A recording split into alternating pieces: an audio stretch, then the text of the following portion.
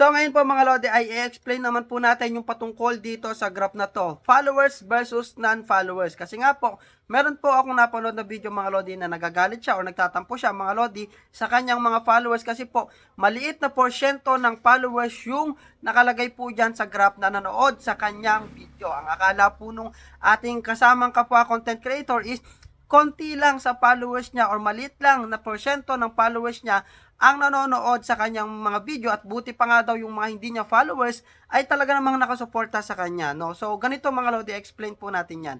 So, example po mga Lodi, no? Itong graph na to mga Lodi, mapapansin nyo, 29% yung followers and then yung non-followers is 70%. So, ganito yan mga Lodi. For example, itong video na to is merong 1,000 views.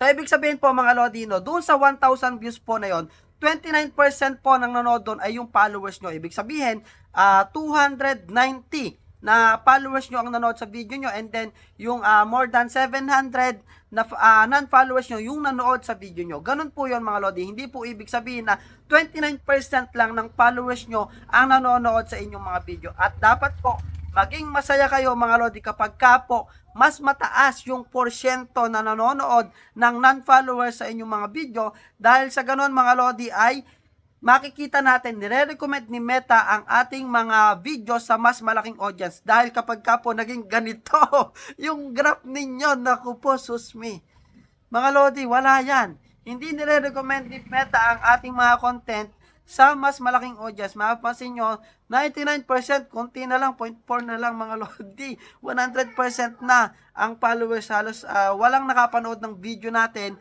na hindi followers. Ibig sabihin, totally hindi pinapakita ni Meta yung ating content sa labas ng ating mga followers. Okay? So, yan mga Lodi, no? Dapat maging happy tayo na mas malaki po yung porsyento ng non-followers ang naging audience natin dahil doon, mataas po ang visibility ng ating mga video. Okay?